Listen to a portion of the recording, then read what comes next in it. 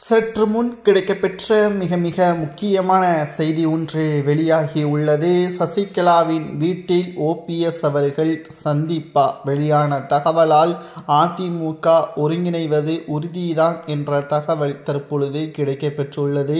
எடப்பாடி என்னதான் பல்வேறு நிர்வாகிகளை பதவியிலிருந்து நீக்கினாலும் அது அவருக்கு சிக்கலை தான் தற்பொழுது ஏற்படுத்தியுள்ளது. பெரும்பான்மையான தொண்டர்களும் நிர்வாகிகளும் ஓபிஎஸ், செங்கோட்டையன், சசிகலாவிற்கு ஆதரவாக தற்பொழுது திரும்பியுள்ளனர். இதற்கு மிக முக்கியமான காரணம், கடந்த தேர்தல்கள் அனைத்திலும் எடப்பாடி பழனிசாமியின் தலைமை தோல்வியை மட்டும்தான் பெற்றுள்ளது.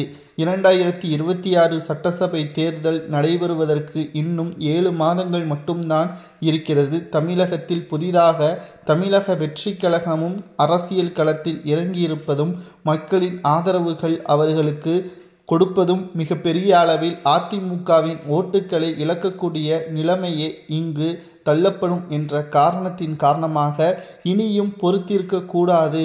ஓபிஎஸ் அவர்கள் சசிகலா அவர்களை சந்தித்து தற்பொழுது ஒற்றுமையை கட்சியிலிருந்து பிரிந்தவர்கள் ஏற்படுத்த வேண்டும். அதற்கு பிறகு அதிமுகவில் இணைவதை பற்றி முடிவுகளை எடுக்கலாம் என்பதற்கேற்ப ஓபிஎஸ் அவர்கள் சசிகலாவின் வீட்டில் சென்று சசிகலாவை சந்திக்க திட்டமிட்டுள்ளார். அடுத்து செங்கோட்டையனையும் சசிகலா அவர்கள் வீட்டில் வரவழைத்து ஒற்றுமையாக ஒரே அணியாகத்தான் நாங்கள் இருக்கிறோம் என்பதை மக்களிடம் புரிய வைத்து அதற்கு பிறகு அதிமுகவில் அனைவரையும் ஒருங்கிணைக்க வேண்டும் என்பதை அழுத்தம் திருத்தமாக கூறுவார்கள் என்ற தகவலும் கிடைக்கப்பெற்றுள்ளது. அதிமுகவின் தொண்டர்களாகிய உங்களது கருத்துக்களை கூறுங்கள்.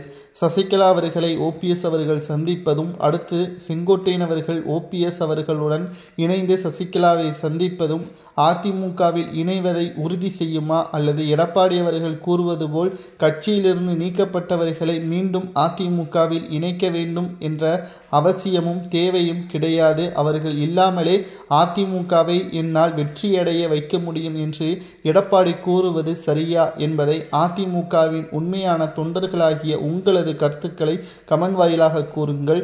சசிகலா, ஓபிஎஸ், செங்கோட்டையன் இவர்கள் அதிமுகவில் மீண்டும் இணைந்தால் 2026 வெற்றி உறுதியா என்பதையும் மறக்காம கமெண்ட் வாயிலாக கூறுங்கள்.